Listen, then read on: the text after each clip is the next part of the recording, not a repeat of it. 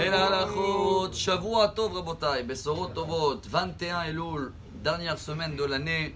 Et j'ai l'habitude toujours à me raconter à moi-même, dans la dernière semaine de l'année, l'histoire du petit chameau. J'espère que vous vous rappelez de lui, il a grandi depuis l'année dernière.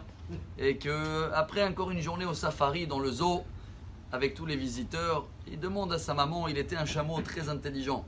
Il observait, il a dit: maman, pourquoi on a une très grande bosse sous le dos? Et les animaux, les autres, j'ai pas vu la même chose. Alors sa maman, elle a dit: tu sais que dans le désert, des fois il faut tenir 30 jours, 40 jours apparemment un chameau peut tenir sans de l'eau. Et donc il a tout le réserve derrière, il boit une fois.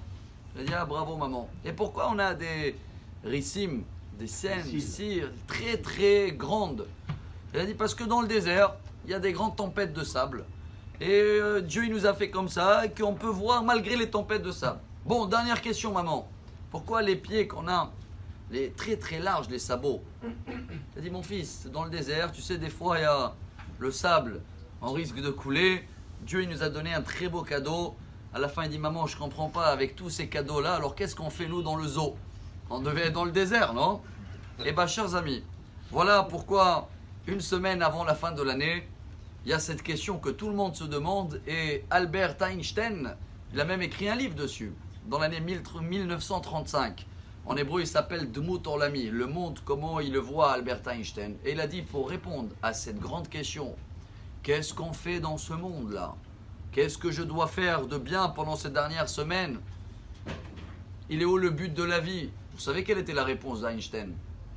En deux mots, en hébreu, liot dati. La réponse, elle est être religieux.